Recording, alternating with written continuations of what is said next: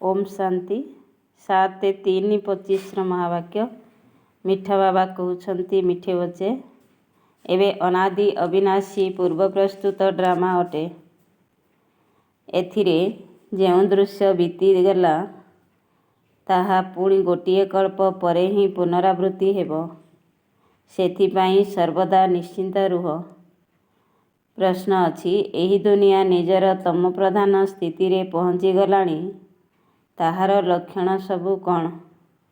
उत्तरे बाबा कहले, दिनकु दिन उपद्रव्य बढ़ी चलीछि। केते सबू गंडगोल हेउछि। चोर माने किपरि मारपीट करी लुटी नेउछंती। असमୟରେ वर्षा हेउछि, तेणु केते क्षयक्षति होई जाउछि। एसबू हेला तम प्रधानतार चिन्ह। तम प्रधान प्रकृति मनुष्य को दुख देई चलीछि। तुमे पिलामाने ड्रामार रहस्य को जानिछ, सेथिपाई कहुछ किछि नुआ कथा नुहे। ओम शांति। एबे तुम पिलामानंक उपरे ज्ञानर वर्षा हेउछि। तुमे हेउछ संगम जुगी एवं बाकी जेउ सबू मनुष्य अछंती सेमाने कली जुगी। वर्तमान दुनिया रे अनेक मत मतांतर रहिछि। तुम पिलामानंकर हेउछि गोटिए मत, जेउ मत भगवानक ठारू ही मिलिछि। भक्त माने भक्ति मार्गरे जप तप तीर्थ आदि जहा किछि करुछंती, सेमाने भाबुछंती ए सबू भगवानक सहित मिशिबार रास्ता। कहउछंती भक्ति परे ही भगवान मिलिबे, किंतु सेमाने जानि नाहांती जे भक्ति केबेठारू आरंभ हेउछि एवं केउ पर्यंत चलिब। केवल कही देउछंती भक्ति द्वारा भगवान मिलिबे, सेथिपाई अनेक प्रकारर भक्ति करी चलिछंती। ए कथा मध्य निजे भाबुछंती जे परंपरा ठारू आमे भक्ति करी आसीछु, तेणु दिने ना दिने भगवान निश्चय मिलिबे। कोनोसी ना कोनोसी रूपरे भगवान मिलिबे। तेबे आसी कौन करिवे? निश्चिंत सद्गति करिवे, काहींकि ना से हेउछंती समस्तंकर सद्गति दाता। भगवान किए, केबे आसीबे ए कथा मध्य केही जानि नाहांती। जदिओ भिन्न भिन्न प्रकाररे महिमा गान करुछंती, कहउछंती भगवान पतित पावन ज्ञानर सागर अटंती। ज्ञान द्वारा ही सद्गति हेउछि। ए कथा मध्य जानिछंती जे भगवान निराकार अटंती। जेपरि आमे आत्मा निराकार परे शरीर धारण करुछु, आमे आत्मा माने मध्य बाबांक साथिरे परमधामर निवासी अटु। आमे एठाकार बासिंदा नुहे, केउ स्थानर निवासी अटु। ए कथा मध्य यथार्थ भावरे कही पारु नाहांती। केही केही तो भाबुछंती आमे स्वर्ग को चली जीवु, तेबे सीधासळख स्वर्ग को तो केही जाई पारिबे नाही। केही पुणी कहउछंती ज्योति ज्योतिरे मिशी जीवु, एहा मध्य भूल। आत्मा को विनाशी करी देउछंती। मोक्ष मध्य काहाकू मिली पारिबो नाही।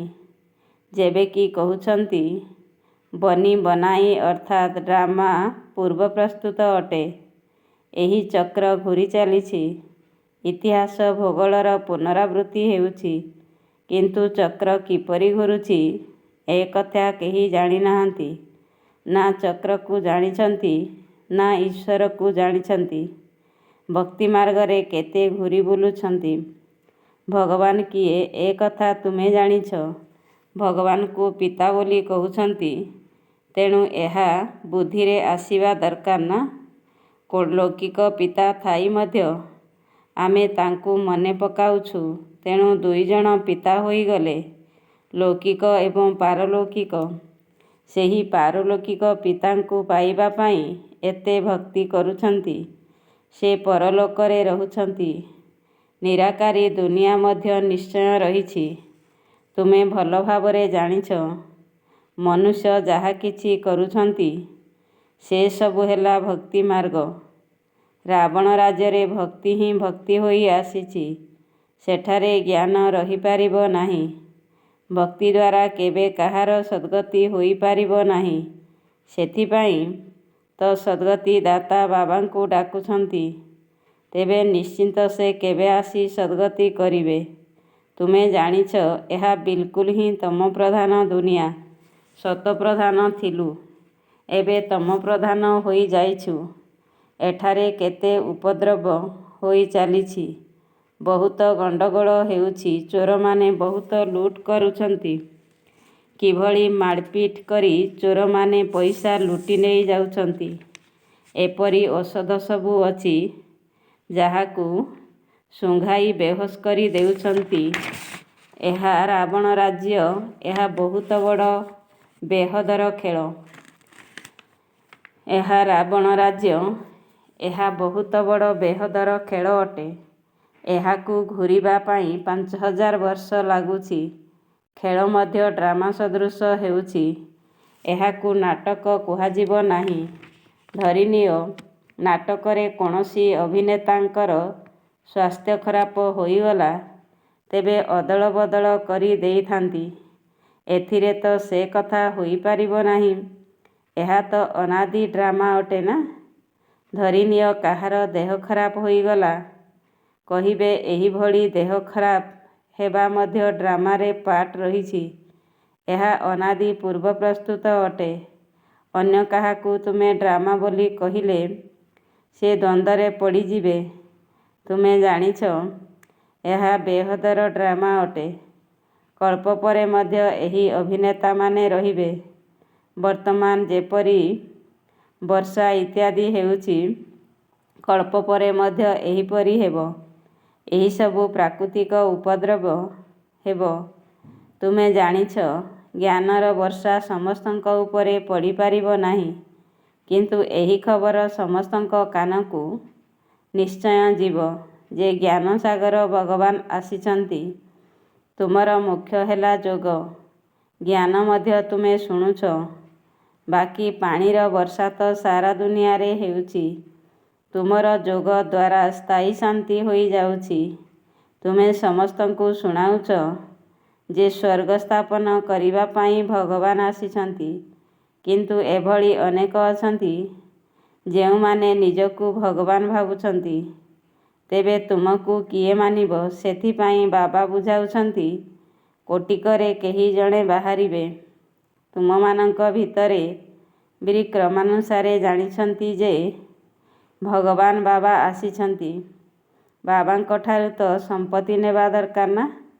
ବାବାଙ୍କୁ କିପରି ମନେ ପକାଇବ ତାହା ମଧ୍ୟ ବୁଝାଉଛନ୍ତି। ନିଜକୁ ଆତ୍ମା ନିଶ୍ଚୟ କରି ବାବା କହୁଛନ୍ତି ନିଜକୁ ଆତ୍ମା ନିଶ୍ଚୟ କର। ମନୁଷ୍ୟମାନେ ତ ଦେହ ଅଭିମାନୀ ହୋଇ ଯାଇଛନ୍ତି। ବାବା କହୁଛନ୍ତି ମୁଁ ସେତେବେଳେ ଆସୁଛି ଯେତେବେଳେ ସବୁ ମନୁଷ୍ୟ ଆତ୍ମାମାନେ ପତିତ ହୋଇ ଯାଉଛନ୍ତି। ତୁମେ କେତେ ତମପ୍ରଧାନ ହୋଇ ଯାଇଛ। ବର୍ତ୍ତମାନ ମୁଁ ଆସିଛି ତୁମକୁ ଶତପ୍ରଧାନ କରାଇବା ପାଇଁ। କଳ୍ପ ପୂର୍ବରୁ ମଧ୍ୟ ମୁଁ ତୁମକୁ ଏହିପରି ବୁଝାଇଥିଲି। ତୁମେ ତମପ୍ରଧାନରୁ ଶତପ୍ରଧାନ କିପରି ହେବ, ସେଥିପାଇଁ କେବଳ ମୋତେ ମନେ ପକାଅ। ମୁଁ ଆସିଛି ତୁମକୁ ନିଜର ଏବଂ ରଚନାର ପରିଚୟ ଦେବାକୁ। ରାବଣ ରାଜ୍ୟରେ ସେହି ବାବାଙ୍କୁ ସମସ୍ତେ ମନେ ପକାଉଛନ୍ତି। ଆତ୍ମା ନିଜର ପିତାଙ୍କୁ ମନେ ପକାଉଛି। ବାବା ଅଶରୀରୀ ହିଁ ଅଟନ୍ତି। ସିଏ ବିନ୍ଦୁ ଅଟନ୍ତି ନା। ପୁଣି ତାଙ୍କର ନାମ ମଧ୍ୟ ରଖାଯାଇଛି। ତୁମକୁ ଶାଳଗ୍ରାମ ଏବଂ ବାବାଙ୍କୁ ଶିବ କୁହାଯାଉଛି। ତୁମ ପିଲାମାନଙ୍କର ଶରୀରର ନାମ ରଖାଯାଉଛି। ବାବା ତ ପରମାତ୍ମା ହିଁ ଅଟନ୍ତି। ତାଙ୍କୁ ଶରୀର ତ ଧାରଣ କରିବାର ନାହିଁ। ସେ ବ୍ରହ୍ମାଙ୍କ ଶରୀରରେ ପ୍ରବେଶ କରିଛନ୍ତି। ଏହା ବ୍ରହ୍ମାଙ୍କ ଶରୀର ଅଟେ। ଏହାଙ୍କୁ ଶିବ କୁହାଯିବ ନାହିଁ। ଆତ୍ମା ନାମ ତ ତୁମର ଅଛି, ପୁଣି ତୁମେ ଶରୀର ନେଉଛ। ସେ ହେଲେ ପରମାତ୍ମା ସମସ୍ତ ଆତ୍ମାମାନଙ୍କର ପିତା। ତେଣୁ ସମସ୍ତଙ୍କର ଦୁଇଟି ପିତା ହୋଇଗଲେ। ଜଣେ ନିରାକାରୀ, ଅନ୍ୟ ଜଣେ ସାକାରୀ। ଏହାଙ୍କୁ ପୁଣି ଅଲୌକିକ ପିତା ବୋଲି କୁହାଯାଉଛି। କେତେ ଢେର ସନ୍ତାନ ଅଛନ୍ତି। ମନୁଷ୍ୟମାନେ ଏ କଥା ବୁଝିପାରୁ ନାହାନ୍ତି। ଏତେ ଢେର ପ୍ରଜାପିତା ବ୍ରହ୍ମା କୁମାର କୁମାରୀ ଅଛନ୍ତି। ଏମାନେ ସବୁ କିଏ? ଏହା କେଉଁ ପ୍ରକାରର ଧର୍ମ? ବୁଝିପାରୁ ନାହାନ୍ତି।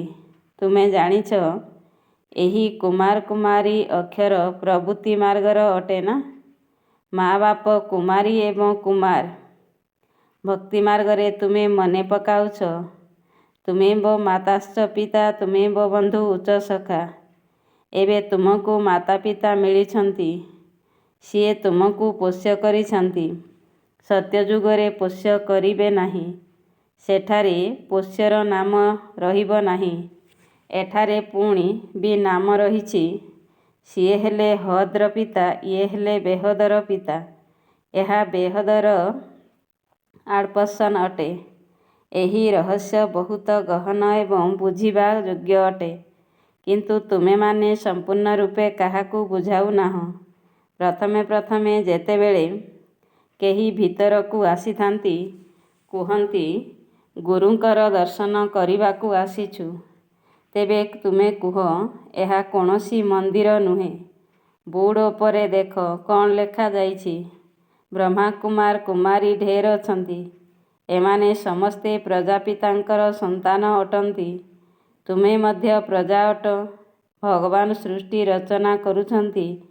ବ୍ରହ୍ମାଙ୍କ ମୁଖକମଳ ଦ୍ୱାରା ଆମକୁ ରଚନା କରିଛନ୍ତି। ଆମେ ହେଉଛୁ ନୂଆ ସୃଷ୍ଟିର। ତୁମେ ପୁରୁଣା ସୃଷ୍ଟିର ଅଟ। ସଙ୍ଗମ ଯୁଗରେ ହିଁ ନୂଆ ସୃଷ୍ଟିର ସ୍ଥାପନା କରିବାକୁ ପଡ଼ିଥାଏ। ଏହା ହେଉଛି ପୁରୁଷୋତ୍ତମ ହେବାର ଯୁଗ। ତୁମେ ସଙ୍ଗମ ଯୁଗରେ ଅଛ। ସେମାନେ କଳି ଯୁଗରେ ଅଛନ୍ତି। ଯେପରି ବିଭାଜନ ହୋଇଯାଇଛି। ଆଜିକାଲି ତ ଦେଖ କେତେ ବିଭାଜନ ହେଉଛି। ପ୍ରତ୍ୟେକ ଧର୍ମାବଲମ୍ବୀ ଭାବୁଛନ୍ତି ଆମେ ନିଜର ପ୍ରଜାଙ୍କୁ ଅର୍ଥାତ୍ ନିଜ ଧର୍ମର ଲୋକଙ୍କର ଦାୟିତ୍ୱ ନେବୁ। ନିଜର ଧର୍ମକୁ ନିଜ ଧର୍ମାବଲମ୍ବୀମାନଙ୍କୁ ସୁଖୀ କରିବୁ। ସେଥିପାଇଁ ପ୍ରତ୍ୟେକ କହୁଛନ୍ତି ଆମ ରାଷ୍ଟ୍ରରୁ ଏହି ଜିନିଷ ବାହାରକୁ ନ ଯାଉ। ଆଗରୁ ତ ରାଜାମାନଙ୍କର ସମସ୍ତ ପ୍ରଜାମାନଙ୍କ ଉପରେ ହୁକୁମ ଚାଲୁଥିଲା। ରାଜାଙ୍କୁ ମାତା ପିତା ଅନ୍ନଦାତା ବୋଲି କହୁଥିଲେ। ଏବେ ତ ରାଜା ରାଣୀ କେହି ନାହାନ୍ତି। ଅଲଗା ଅଲଗା ଟୁକୁଡ଼ା ଟୁକୁଡ଼ା ହୋଇଯାଇଛି। କେତେ ପ୍ରାକୃତିକ ଉପଦ୍ରବ ହେଉଛି। ଅଚାନକ ବନ୍ୟା ଆସିଯାଉଛି। ଭୂମିକମ୍ପ ହେଉଛି। ଏହା ହେଉଛି ଦୁଃଖଦାୟକ ମୃତ୍ୟୁ। ଏବେ ତୁମେ ବ୍ରାହ୍ମଣମାନେ ବୁଝୁଛ ଯେ ଆମେ ସମସ୍ତେ ପରସ୍ପର ଭାଇ ଭାଇ ଅଟୁ। ତେଣୁ ଆମକୁ ପରସ୍ପର ସହିତ ବହୁତ ବହୁତ ସ୍ନେହରେ ରହିବାକୁ ହେବ। ଆମେ ସମସ୍ତେ ଏକ ବାପାଙ୍କର ସନ୍ତାନ। ତେଣୁ ପରସ୍ପର ସହିତ ବହୁତ ସ୍ନେହ ରହିବା ଉଚିତ। ରାମ ରାଜ୍ୟରେ ବାଘ ଛେଳି ଯିଏକି ଏକଦମ ପକ୍କା ଶତ୍ରୁ ଅଟନ୍ତି, ସେମାନେ ମଧ୍ୟ ଏକତ୍ର ପାଣି ପିଇଥାନ୍ତି। ଏଠାରେ ଦେଖ ଘରେ ଘରେ କେତେ ଝଗଡ଼ା ହେଉଛି। ଦେଶ ଦେଶ ମଧ୍ୟରେ ଝଗଡ଼ା। ନିଜ ନିଜ ଭିତରେ ମଧ୍ୟ ବିବାଦ କରୁଛନ୍ତି। ଅନେକ ମତ ରହିଛି। ଏବେ ତୁମେ ଜାଣିଛ ଆମେ ସମସ୍ତେ ଅନେକ ଥର ବାବାଙ୍କଠାରୁ ବର୍ଷା ନେଇ ପୁଣି ହରାଇଛୁ। ଅର୍ଥାତ୍ ରାବଣ ଉପରେ ବିଜୟ ପ୍ରାପ୍ତ କରୁଛୁ ଏବଂ ପୁଣି ହାରିଯାଉଛୁ। ଏକମାତ୍ର ବାବାଙ୍କ ଶ୍ରୀମତ ଆଧାରରେ ଆମେ ବିଶ୍ୱର ମାଲିକ ହୋଇଯାଉଛୁ। ସେଥିପାଇଁ ତାଙ୍କୁ ସର୍ବୋଚ୍ଚ ଭଗବାନ କୁହାଯାଉଛି। ସମସ୍ତଙ୍କର ଦୁଃଖହର୍ତ୍ତା ସୁଖକର୍ତ୍ତା କୁହାଯାଉଛି। ଏବେ ସିଏ ତୁମକୁ ସୁଖର ରାସ୍ତା ବତାଉଛନ୍ତି। ତେଣୁ ତୁମେମାନେ ପରସ୍ପର ସ୍ନେହରେ ରହିବା ଉଚିତ। ଦୁନିଆରେ ସମସ୍ତେ ପରସ୍ପର ସହିତ ଲୁଣପାଣି ଅର୍ଥାତ୍ ଶତ୍ରୁ ହୋଇ ରହୁଛନ୍ତି। ଜଣେ ଅନ୍ୟ ଜଣକୁ ମାରିବା ପାଇଁ ବିଳମ୍ବ କରୁନାହାନ୍ତି। ତୁମେ ଈଶ୍ୱରୀୟ ସନ୍ତାନମାନେ ତ ବହୁତ ସ୍ନେହରେ ରହିବା ଉଚିତ। ତୁମେ ଈଶ୍ୱରୀୟ ସନ୍ତାନ। ଦେବତାମାନଙ୍କ ଠାରୁ ମଧ୍ୟ ଉଚ୍ଚ ଅଟେ। ତୁମେ ବାବାଙ୍କର କେତେ ସହଯୋଗୀ ହେଉଛ। ପୁରୁଷୋତ୍ତମ କରାଇବା ପାଇଁ ବାବାଙ୍କର ସହଯୋଗୀ ହେଉଛ। ତେଣୁ ତୁମମାନଙ୍କର ମନରେ ଏ କଥା ଆସିବା ଦରକାର ଯେ ଆମେ ପୁରୁଷୋତ୍ତମ ଅଟୁ। ଆମ ପାଖରେ ସେହି ଦୈବୀ ଗୁଣ ଅଛି। ଯଦି ଆସୁରୀ ଗୁଣ ରହିବ ତେବେ ନିଜକୁ ବାବାଙ୍କର ସନ୍ତାନ ତ କହିପାରିବ ନାହିଁ। ସେଥିପାଇଁ କୁହାଯାଇଛି ସଦ୍ଗୁରୁଙ୍କ ନିନ୍ଦୁକକୁ ଠାବ ନାହିଁ। ସେହି କଳିଯୁଗୀ ଗୁରୁମାନେ ପୁଣି ନିଜ ପାଇଁ କହି ମନୁଷ୍ୟମାନଙ୍କୁ ଡରାଇ ଦେଉଛନ୍ତି। ତେଣୁ ବାବା ପିଲାମାନଙ୍କୁ ବୁଝାଉଛନ୍ତି, ସୁପୁତ୍ର ସନ୍ତାନ ସିଏ ଯିଏ ବାବାଙ୍କର ସୁନାମ କରୁଛନ୍ତି, ପରସ୍ପର ବହୁତ ସ୍ନେହରେ ରହୁଛନ୍ତି। ବାବା ସର୍ବଦା କହୁଛନ୍ତି, କ୍ଷୀରଖଣ୍ଡ ଅର୍ଥାତ୍ ସ୍ନେହୀ ହୁଅ। ଲୁଣ ପାଣି ଅର୍ଥାତ୍ ପରସ୍ପର ଭିତରେ ଶତ୍ରୁତା କରି ଲଢ଼େଇ ଝଗଡ଼ା କର ନାହିଁ। ତୁମକୁ ଏଠାରେ ବହୁତ ସ୍ନେହୀ ହୋଇ ରହିବାକୁ ହେବ। ପରସ୍ପର ସହିତ ବହୁତ ସ୍ନେହ ରହିବା ଉଚିତ। କାହିଁକି ନା ତୁମେ ଈଶ୍ୱରୀୟ ସନ୍ତାନ ଅଟ। ଈଶ୍ୱର ସବୁଠାରୁ ପ୍ରିୟ ଅଟନ୍ତି। ସେଥିପାଇଁ ତ ସମସ୍ତେ ତାଙ୍କୁ ମନେ ପକାଉଛନ୍ତି। ତେଣୁ ତୁମର ପରସ୍ପର ମଧ୍ୟରେ ବହୁତ ସ୍ନେହ ରହିବା ଉଚିତ। ନଚେତ୍ ବାବାଙ୍କର ଇଜ୍ଜତ ତଳେ ପଡ଼ିଯିବ। ଈଶ୍ୱରଙ୍କର ସନ୍ତାନ ନିଜ ନିଜ ଭିତରେ କିପରି ଲୁଣ ପାଣି ହୋଇପାରିବ? ପୁଣି ପଦ କିପରି ପାଇବ? ବାବା ବୁଝାଉଛନ୍ତି, ପରସ୍ପର ସହିତ କ୍ଷୀରଖଣ୍ଡ ହୋଇ ରୁହ। ଲୁଣ ପାଣି ହେଲେ କିଛି ମଧ୍ୟ ଧାରଣା ହେବ ନାହିଁ। ଯଦି ବାବାଙ୍କ ନିର୍ଦ୍ଦେଶ ଅନୁଯାୟୀ ନ ଚାଲିବ ତେବେ ଉଚ୍ଚପଦ କିପରି ପାଇବ? ଦେହ ଅଭିମାନରେ ଆସି ପରସ୍ପର ସହିତ ଲଢ଼େଇ କରୁଛନ୍ତି। ଦେହୀ ଅଭିମାନୀ ହୋଇ ରହିଲେ କୌଣସି ଖିଟପିଟ ହେବ ନାହିଁ। ଈଶ୍ୱର ପିତା ମିଳିଛନ୍ତି, ତେଣୁ ଦୈବୀ ଗୁଣ ମଧ୍ୟ ଧାରଣ କରିବାକୁ ହେବ। ଆତ୍ମାକୁ ବାବାଙ୍କ ସଦୃଶ ହେବାକୁ ପଡ଼ିବ। ଯେପରି ବାବାଙ୍କ ପାଖରେ ପବିତ୍ରତା, ସୁଖ, ପ୍ରେମ ଇତ୍ୟାଦି ଗୁଣ ସବୁ ଅଛି, ତୁମକୁ ମଧ୍ୟ ହେବାକୁ ପଡ଼ିବ। ନଚେତ୍ ଉଚ୍ଚପଦ ପାଇପାରିବ ନାହିଁ। ପାଠ ପଢ଼ି ବାବାଙ୍କଠାରୁ ଉଚ୍ଚ ବର୍ଷା ପାଇବାକୁ ହେବ। ଯିଏ ଅନେକଙ୍କର କଲ୍ୟାଣ କରିଥାନ୍ତି, ସେ ହିଁ ରାଜା ରାଣୀ ହୋଇପାରିବେ। ବାକି ଯାଇ ଦାସ ଦାସୀ ହେବେ। ବୁଝି ତ ପାରୁଛ ନା, କିଏ କିଏ କ'ଣ ହେବେ? ବିଦ୍ୟାର୍ଥୀମାନେ ନିଜେ ମଧ୍ୟ ବୁଝିପାରିବେ। ଏହି ହିସାବରେ ଆମେ ବାବାଙ୍କର ନାମ କେତେ ପ୍ରତ୍ୟକ୍ଷ କରିପାରିବୁ। ଈଶ୍ୱରଙ୍କ ସନ୍ତାନ ତ ସବୁଠାରୁ ସ୍ନେହୀ ହେବା ଉଚିତ, ଯାହାକି କେବେ ବି ଦେଖି ଖୁସି ହୋଇଯିବେ। ବାବାଙ୍କୁ ମଧ୍ୟ ସେହିମାନେ ହିଁ ମିଠା ଲାଗିବେ। ତେଣୁ ପ୍ରଥମେ ଘରକୁ ତ ସୁଧାର। ପ୍ରଥମେ ଘରକୁ, ପୁଣି ପରେ ପରକୁ ସୁଧାରିବା ଉଚିତ। ଗୃହସ୍ଥ ବ୍ୟବହାରରେ କମଳପଦ୍ମ ଫୁଲ ସମାନ ପବିତ୍ର ଏବଂ କ୍ଷୀରଖଣ୍ଡ ହୋଇ ରୁହ। କେହି ମଧ୍ୟ ଦେଖିଲେ କହିବେ, ଓହୋ, ଏହା ତ ସ୍ୱର୍ଗ ଅଟେ। ଅଜ୍ଞାନ କାଳରେ ମଧ୍ୟ ବାବା ନିଜେ ଏପରି ଘର ଦେଖିଛନ୍ତି। 6-7 ଭାଇ ବିବାହ କରି ମଧ୍ୟ ସବୁ ଏକାଠି ରହିଥାନ୍ତି। ସକାଳୁ ଉଠି ଭକ୍ତି କରିଥାନ୍ତି। ଘରେ ଏକଦମ ଶାନ୍ତି ଲାଗି ରହିଥାଏ। ଏହା ତ ତୁମର ଈଶ୍ୱରୀୟ କୁଟୁମ୍ବ ଅଟେ। ପବିତ୍ର ଏବଂ ବାବା କହୁଛନ୍ତି, ହଂସ ଏବଂ ବଗ ଏକତ୍ର ତ ରହିପାରିବେ ନାହିଁ। ତୁମକୁ ତ ହଂସ ହେବାକୁ ପଡ଼ିବ। ଲୁଣ ପାଣି ହେଲେ ବାବା ଖୁସି ହେବେ ନାହିଁ। ବାବା କହିବେ, ତୁମେ କେତେ ନାମ ବଦନାମ କରୁଛ। ଯଦି କ୍ଷୀରଖଣ୍ଡ ହୋଇ ନ ରହିବ ତେବେ ସ୍ୱର୍ଗରେ ଉଚ୍ଚପଦ ପାଇବ ନାହିଁ। ବହୁତ ଦଣ୍ଡଭୋଗ କରିବ। ବାବାଙ୍କର ହୋଇ ପୁଣି ଯଦି ଲୁଣ ପାଣି ହୋଇ ରହିବ ତେବେ 100 ଗୁଣା ଦଣ୍ଡଭୋଗ କରିବାକୁ ପଡ଼ିବ। ପୁଣି ତୁମକୁ ସାକ୍ଷାତକାର ମଧ୍ୟ ହେବ କି ମୁଁ କେଉଁ ପଦ ପାଇବି। अच्छा मीठे मीठे शिकिलधे बच्चों प्रति माता पिता बाप दादा का याद प्यार और गुड मॉर्निंग। रूहानी बाप की रूहानी बच्चों को नमस्ते। हम रूहानी बच्चों की रूहानी बाप दादा को याद प्यार और गुड मॉर्निंग। नमस्ते नमस्ते नमस्ते। धारणा पाई मुख्य सारांश। नंबर 1, सर्वदा ध्यान रहू आमे ईश्वरंकर संतान। आमको बहुत बहुत स्नेही होई रहिबाकु हेबो।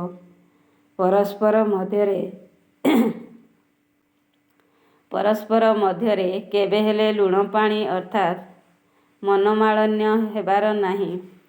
ପ୍ରଥମେ ନିଜକୁ ସୁଧାରିବାକୁ ହେବ, ତାପରେ ଅନ୍ୟକୁ ସୁଧାରିବା ପାଇଁ ଶିକ୍ଷା ଦେବାକୁ ହେବ।